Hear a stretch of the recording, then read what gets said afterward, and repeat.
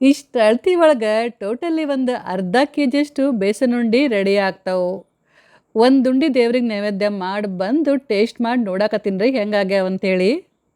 ಭಾಳ ಅಂದ್ರೆ ಭಾಳ ಮಸ್ತ್ ಆಗ್ಯಾವ್ರಿ. ಅಗದಿ ಬಾಯಾಗ ಹಾಕೊಂಡ್ ಕೂಡಲೇ ಹಂಗೆ ಕರ್ಗಾಕತ್ತಾವು. ತುಪ್ಪ ಬೆಲ್ಲ ಎಲ್ಲ ಅಗದಿ ಬರೋಬ್ಬರಿ ಆಗೈತಿ. ಹಿಂಗೆ ಬೆಲ್ಲ ಹಾಕಿ ಒಂದ್ಸಲ ಬೇಸನ್ ಉಂಡೆ ಮಾಡಿ ನೋಡ್ರಿ. ಇದು ಬೆಲ್ಲದ ಬೇಸನ್ ಉಂಡೆ ಅಂತೇಳಿ ಯಾರಿಗೂ ಗೊತ್ತಾಗಂಗಿಲ್ಲ. ಕಪ್ ಲೆಕ್ಕ ಮತ್ತು ಕೆ ಜಿ ಲೆಕ್ಕ ಎರಡು ಅಗದಿ ಬರೋಬ್ಬರಿ ಅಳತಿ. ಉಂಡೆಗೆ ತುಪ್ಪ ಜಾಸ್ತಿ ಆದ್ರೆ ಇಲ್ಲ ತುಪ್ಪ ಕಮ್ಮಿ ಆದ್ರೆ ಆಮೇಲೆ ಉಂಡೆ ಮರಳು ಆಗಬೇಕಪ್ಪ ಅಂತಂದ್ರೆ ಏನು ಮಾಡಬೇಕು, ಹಿಂಗೆ ಪ್ರತಿಯೊಂದು ಸ್ಟೆಪ್ನ ಡೀಟೇಲ್ ಆಗಿ ಎಕ್ಸ್ಪ್ಲೇನ್ ಮಾಡಾಕತ್ತೀನಿ ರೀ. ಸೊ ವಿಡಿಯೋನ ಎಲ್ಲೂ ಸ್ವಲ್ಪ ಸ್ಕಿಪ್ ಮಾಡ್ಲಾರ್ದ ಕೊನೆ ತನಕ ನೋಡಿದ್ರೆ ಭಾಳ ಚಲೋ ಅಂತ ನನ್ನ ಅಭಿಪ್ರಾಯ. ಮೊದಲ ಒಂದು ದಪ್ಪ ತಳದ ಕಡಾಯಿ ಒಳಗೆ ಕಡ್ಲಿ ಹಿಟ್ಟನ್ನ ಜರಡಿ ಮಾಡ್ಕೊಳಕತ್ತೀನಿ ರೀ. ಅಂಗಡಿಯಿಂದ ತಂದಿದ್ದರೆ ಇರಲಿ ಇಲ್ಲ ಮನ್ಯಾಗಿನ ಕಡ್ಲಿ ಹಿಟ್ಟರ ಇರಲಿ, ಸಾಣ್ಸ್ ಬಳಸಿದ್ರೆ ಕಡ್ಲಿ ಹಿಟ್ಟು ಹುರಿ ಮುಂದೆ ಭಾಳ ಗಂಟಾಗೋದಿಲ್ಲ, ಹುರಿಯೋಕೆ ಸರಳ ಆಗುತ್ತೆ. 1/4 ಕೆ ಜಿ ಅಷ್ಟು ಐತ್ರಿ ಇದು ಕಡ್ಲೆ ಹಿಟ್ಟು. ಕಪ್ಲೆ ಅಳತಿ ಮಾಡಿದ್ರೆ ಒಂದು 2 ಕಪ್ ಅಷ್ಟೈತಿ. ಮೆಜರ್ಮೆಂಟ್ ಕಪ್ ಇರುತ್ತಲ್ರಿ, ಅದರಲ್ಲೇ 2 ಕಪ್ ಅಷ್ಟು ಐತಿ. ಚಲೋ ತಂಗ ಇದನ್ನು ಜರಡಿ ಮಾಡಿದ್ಮೇಲೆ ಗ್ಯಾಸ್ ಆನ್ ಮಾಡಿ ಸಣ್ಣ ಉರಿ ಒಳಗೆ ಇದನ್ನು ಮೊದಲ ಕಡ್ಲಿ ಹಿಟ್ಟನ್ನ ಒಣದ ಹುರಿಬೇಕು. ಅಂದ್ರೆ ಡ್ರೈ ರೋಸ್ಟ್ ಮಾಡಬೇಕು, ತುಪ್ಪ ಹಾಕಬಾರ್ದು. ಲಕ್ಷ ಇರಲಿ, ಉರಿನ ಪೂರ್ತಿ ಸಣ್ಣ ಮಾಡಿ ಕೈ ಬಿಡ್ಲಾರ್ದ ಹುರ್ಕೊಂತ ಇರ್ರಿ. ಇಲ್ಲಾಂತಂದ್ರೆ ಹಿಟ್ಟು ಭಾಳ ಜಲ್ದಿ ಹೊತ್ತೈತಿ. ಆಮೇಲೆ ತುಪ್ಪ ಹಾಕೋಕ್ಕಿಂತ ಮೊದಲು ಹಿಂಗೆ ನಾವು ಒಂದು 3-4 ನಿಮಿಷ ಹುರಿದು ಉಂಡೆ ಮಾಡಿದ್ರೆ ಉಂಡೆ ಭಾಳ ರುಚಿ ಆಗ್ತಾವೆ. ಮತ್ತು ಕಡ್ಲಿ ಹಿಟ್ಟಿನ ಹಸಿ ವಾಸನೆನೂ ಹೋಗ್ತೈತ್ರಿ, ಉಂಡೆ ಗಮ್ ಅಂತಾವೆ. ಒಂದ್ಸಲ ಟ್ರೈ ಮಾಡಿ ನೋಡ್ರಿ. ಲಾಸ್ಟ್ ಟೈಮ್ ನಾನು ಸಕ್ರೆ ಬಳಸಿ 1 ಕೆ ಜಿ ಬೇಸನ್ ಉಂಡೆ ರೆಸಿಪಿ ಶೇರ್ ಮಾಡಿದಾಗ ಭಾಳ ಮಂದಿ ಬೆಲ್ಲದ ಬೇಸನ್ ಉಂಡೆ ರೆಸಿಪಿ ಶೇರ್ ಮಾಡಿರಿ ಅಂತ ಕೇಳಿದ್ರಿ. ಸೊ ಇವತ್ತು ಸಕ್ರೆ ಬಳಸಲಾರ್ದ ಬೆಲ್ಲ ಉಪಯೋಗಿಸಿ ಒಂದು ಅರ್ಧ ಕೆ ಜಿಯಷ್ಟು ಬೇಸನ್ ಉಂಡೆ ರೆಸಿಪಿನ ಶೇರ್ ಮಾಡಕತ್ತೀನಿ ರೀ.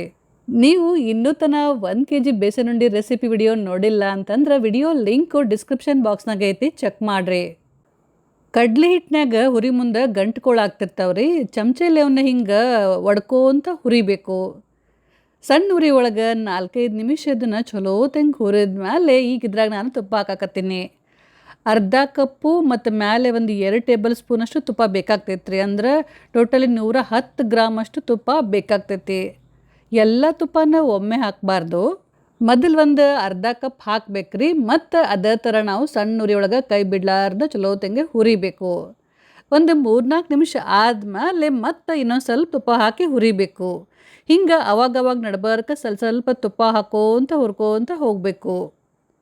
ತುಪ್ಪ ಕಮ್ಮಿ ಆದ್ರೆ ನಡಿತೈತ್ರಿ. ಆಮೇಲೆ ಮತ್ತೆ ನಾವು ಬೇಕಂದ್ರೆ ಹಾಕೋಬೋದು, ಆದ್ರೆ ಜಾಸ್ತಿ ಆದ್ರೆ ತೆಗ್ಯಾಕೆ ಬರಂಗಿಲ್ಲ ನೋಡ್ರಿ. ಅದಕ್ಕೆ ನೋಡ್ಕೊಂಡು ಹಾಕ್ರಿ. ಚಳಿಗಾಲದಾಗ ಮತ್ತು ಮಳೆಗಾಲದಾಗ ಬೇಸನ್ ಉಂಡೆ ಸ್ವಲ್ಪ ಜಾಸ್ತಿ ತುಪ್ಪ ಹಿಡಿತೈತ್ರಿ. ಆದ್ರೆ ಬ್ಯಾಸ್ಗ್ಯಾಗ ನೀವು ಸ್ವಲ್ಪ ಕಡಿಮೆ ಹಾಕಿದ್ರೂ ನಡಿತೈತಿ. ಸೊ ನಿಮ್ಮ ಊರಿನ ವಾತಾವರಣ ಮತ್ತು ನೀವು ತೊಗೊಂಡಿದ್ದು ಕಡ್ಲಿ ಹಿಟ್ಟಿನ ಕ್ವಾಲಿಟಿ ಮೇಲೂ ಒಂದು 3-4 ಚಮಚೆಯಷ್ಟು ತುಪ್ಪ ಹೆಚ್ಚು ಕಡಿಮೆ ಆಗುತ್ತೆ. ಅದಕ್ಕೆ ನೋಡ್ಕೊಂಡು ಹಾಕ್ರಿ. ಟೋಟಲ್ ನಾ ಇಲ್ಲೇ ಒಂದು ಅರ್ಧ ಕಪ್ಪು ಮೇಲೆ 1 ಟೇಬಲ್ ಸ್ಪೂನಷ್ಟು ತುಪ್ಪ ಹಾಕಿದ್ದೆ ರೀ. ಹಿಟ್ಟು ನೋಡ್ರಿ ಹಿಂಗೆ ಎಲ್ಲ ಸ್ವಲ್ಪ ಹಸಿ ಆದ್ರೆ ಸಾಕು, ಅಂದ್ರೆ ಒದ್ದೆ ಆಗಬೇಕು. ಇಷ್ಟು ತುಪ್ಪ ಹಾಕಿದ್ರೆ ಸಾಕು. ಈಗ ಇದನ್ನು ಸಣ್ಣ ಉರಿ ಒಳಗೆ ಕೈ ಬಿಡ್ಲಾರ್ದು ಹುರ್ಕೋಂತ ಇರಬೇಕು. ಕಡ್ಲಿ ಹಿಟ್ಟನ್ನ ಹುರಿಯೋ ಮುಂದೆ ಮೊದಲಿದ್ದು ಭಾಳ ಡ್ರೈ ಅನ್ಸುತ್ತೆ. ಆಮೇಲೆ ಹುರಿ ಮುಂದೆ ಕೈಯಾಗ ಭಾಳ ವಜನ ಭಾರ ಅಂತ ಅನ್ಸುತ್ತೆ. ಅದಕ್ಕೆ ತುಪ್ಪ ಕಮ್ಮಿ ಆತಪ್ಪ ಅಂತ ಹೇಳ್ಕೊಂಡು ಮತ್ತೆ ತುಪ್ಪ ಹಾಕಕ್ಕೆ ಹೋಗಬೇಡ್ರಿ. ಬರಬಾರ್ದು ತುಪ್ಪ ಕರ್ಕೋಂತ ಹೋದಂಗೆ ಕರ್ಗತ್ ನೋಡ್ರಿ ತುಪ್ಪ, ಆವಾಗ ಹುರಿದು ಹಗರ್ ಅನ್ಸುತ್ತೆ. ಸಣ್ಣ ಉರಿ ಒಳಗೆ ಒಂದು ಅರ್ಧ ತಾಸು ನಾನು ಕೈ ಬಿಡ್ಲಾರ್ದ ಚಲೋ ತಂಗ ಹುರಿದ್ಮೇಲೆ ಈಗ ನೋಡ್ರಿ ಹಿಟ್ಟು ಎಷ್ಟು ಚಂದ ಕೆಂಪಗೆ ಹುರಿದೈತಿ. ಮತ್ತು ಮನೆ ತುಂಬ ಎಲ್ಲ ಗಮ್ ಅಂತೇಳಿ ಹುರಿದಿದ್ದ ಪರಿಮಳ ಬರಕತ್ತೈತಿ. ಅಂದ್ರೆ ಈಗಿದು ಚಲೋ ತಂಗ ಹುರಿದೈತೆ ಅಂತ ಹೇಳಿ ಅರ್ಥ. ಈ ಸ್ಟೇಜ್ನಾಗ ಇದ್ರಾಗ ನಾವು ಬೇಕಂದ್ರೆ ಡ್ರೈ ಫ್ರೂಟ್ಸ್ನ ಹಾಕೋಬೋದು, ಬೇಡ ಅಂತಂದ್ರೆ ಸ್ಕಿಪ್ನು ಮಾಡ್ಬೋದು. ನಾ ಇಲ್ಲೇ ಒಂದು 15 ಗ್ರಾಮ್ ಸಣ್ಣಂಗೆ ಕತ್ತರಿಸಿದ್ದು ಗೋಡಂಬಿ ಮತ್ತು ಒಂದು 20 ಗ್ರಾಮಷ್ಟು ಕುಂಬಳಕಾಯಿ ಬೀಜ ಹಾಕಕತ್ತೀನಿ ರೀ. ಡ್ರೈ ಫ್ರೂಟ್ಸ್ನ ಸಣ್ಣ ಉರಿ ಒಳಗೆ 1-2 ನಿಮಿಷ ಹುರಿದ್ರೆ ಸಾಕು. ಲಾಸ್ಟಿಗೆ ಕೈಯಾಗ ಸ್ವಲ್ಪ ನೀರು ತಗೊಂಡು ಹಿಂಗೆ ಅದನ್ನು ಕಡ್ಲಿ ಹಿಟ್ಟು ಮೇಲೆ ಚಿಮ್ಕಿಸ್ಬೇಕು. ಜಲ್ದಿ ಮಿಕ್ಸ್ ಮಾಡಿ ಗ್ಯಾಸ್ನ ಬಂದ್ ಮಾಡಿರಿ. ಹಂಗಂತೇಳಿ ಭಾಳ ನೀರು ಹಾಕಕ್ಕೆ ಹೋಗ್ಬೇಡ್ರಿ. ಒಂದು 2 ಸಣ್ಣ ಚಮಚಲಿ 2 ಚಮಚ ಹಾಕಿದ್ರೆ ಸಾಕು. ಗ್ಯಾಸ್ ಆಫ್ ಮಾಡಿದ ಮೇಲೂ ಕಡಾಯಿ ಭಾಳ ಬಿಸಿ ಇರುತ್ತಲ್ರಿ, ಹಂಗೆ ಬಿಸಿ ಒಳಗನ ನಾವು ಅದನ್ನು ಸ್ವಲ್ಪ ಹೊತ್ತನ ಹುರಿಬೇಕು. ಕೈ ಬಿಡ್ಲಾರ್ದ ಒಂದು ಸ್ವಲ್ಪ ಹೊತ್ತನ ಮಿಕ್ಸ್ ಮಾಡಬೇಕು. ಕಡ್ಲಿ ಹಿಟ್ಟು ಹುರಿದ್ಮೇಲೆ ಲಾಸ್ಟಿಗೆ ಸ್ವಲ್ಪ ನೀರು ಇಲ್ಲ ಅಂತಂದ್ರೆ ಹಾಲು ಚಿಮ್ಕಿಸಿ ಉಂಡೆ ಮಾಡೋದ್ರಿಂದ ಉಂಡೆ ಭಾಳ ಪಳ್ಳಾಗ್ತಾವ್ರಿ. ಉಂಡೆ ತಿಂದಾಗ ಅವು ಹಲ್ಲಿಗೆ ನಾಲ್ಗೆಗೆ ಅಂಟ್ಕೊಳ್ಳಂಗಿಲ್ಲ. ಆಮೇಲೆ ಬಾಯಾಗೆ ಹಾಕೊಂಡು ಕೂಡಲೇ ಹಂಗೆ ಬೆಣ್ಣೆಗಿದ್ಲೆ ಕರಗ್ತಾವೆ. ಅಷ್ಟು ಸಾಫ್ಟ್, ಅಷ್ಟು ಚಲೋ ಆಗ್ತಾವೆ. ಈಗ ಇದನ್ನು ಒಂದು ಪರಾತ್ನ್ಯಾಗ ತೆಗಿಯಕತ್ತೀನಿ ರೀ. ಅಗಲಂಗೆ ಹರಡ್ಬಿಟ್ಟು ತಣ್ಣಗಾಗೋ ತನಕ ಬಿಡಬೇಕು. ಹಿಟ್ಟಿನ ಕಲರ್ ನೋಡಿರಿ ಎಷ್ಟು ಚಂದ ಆಗೈತಿ. ಟೋಟಲಿ ನಾ ಇಲ್ಲಿ ಇದನ್ನು ಒಂದು 35ರಿಂದ 45 ನಿಮಿಷದ ತನಕ ಹಿಟ್ಟನ್ನ ಚಲೋ ತಂಗೆ ಹುರಿದೀನಿ. ಹಿಟ್ಟು ತಣ್ಣಗಾಗೋ ತನಕ ಉಂಡಿಗೆ ಹಾಕಕ್ಕೆ ನಾವು ಇಲ್ಲೇ ಬೆಲ್ಲ ರೆಡಿ ಮಾಡ್ಕೊಳಕತ್ತೀನಿ ರೀ. ನಾ ಇವತ್ತು ಆರ್ಗ್ಯಾನಿಕ್ ಜಾಗ್ರಿ ಪೌಡ್ರ್ ಬಳಸಕತ್ತೀನಿ. ಬೇಕಂದ್ರೆ ನೀವು ಬೆಲ್ಲನ ತುರಿದು ಬಳಸ್ಬೋದು. ಆದ್ರೆ ಬೆಲ್ಲದ ಪುಡಿ ಹಾಕಿ ಉಂಡೆ ಮಾಡೋದ್ರಿಂದ ಬೇಸನ್ ಉಂಡೆ ಭಾಳ ಚಲೋ ಆಗ್ತಾವ್ರಿ. ಬೆಲ್ಲ ಹಾಕಿವಂತೇಳಿ ಗೊತ್ತಾಗಂಗಿಲ್ಲ. ಈ ಬೇಸನ್ ಉಂಡೆಗೆ ನಾವು ಬೆಲ್ಲದ ಪಾಕ ಮಾಡಿ ಸೋಸಿ ಹಾಕಕತ್ತಿಲ್ಲಲ್ರಿ, ಹಾಗಾಗಿ ಆದಷ್ಟು ಚಲೋ ಕ್ವಾಲಿಟಿ ಬೆಲ್ಲ ಇಲ್ಲ ಅಂತಂದ್ರೆ ಬೆಲ್ಲದ ಪುಡಿ ಬಳಸಿದ್ರೆ ಭಾಳ ಚಲೋ.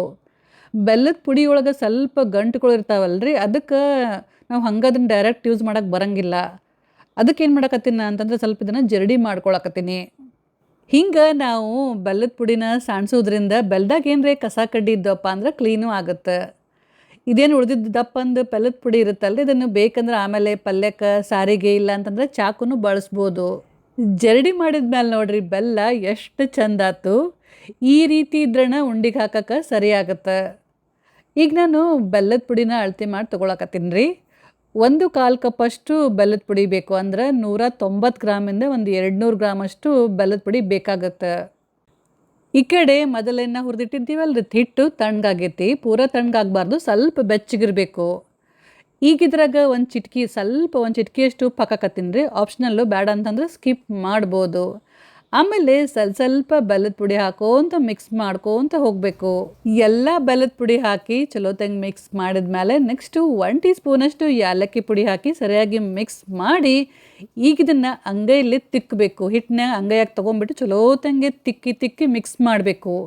ಅಂದ್ರೆ ಬೆಲ್ಲ ಮತ್ತು ಹಿಟ್ಟು ಎರಡು ಚಲೋ ತಂಗೆ ಹೊಂದ್ಕೋತಾವು. ಬೆಲ್ಲಕ್ಕೆ ಕಂಪೇರ್ ಮಾಡಿದ್ರೆ ಬೆಲ್ಲದ ಪುಡಿ ಅಷ್ಟು ಬೆಲಚಿರೋದಿಲ್ಲ ರೀ. ಅಂದ್ರೆ ಅಷ್ಟು ಸ್ವೀಟ್ ಇರೋಂಗಿಲ್ಲ, ಸ್ವಲ್ಪ ಸ್ವೀಟ್ ಕಮ್ಮಿ ಇರುತ್ತೆ.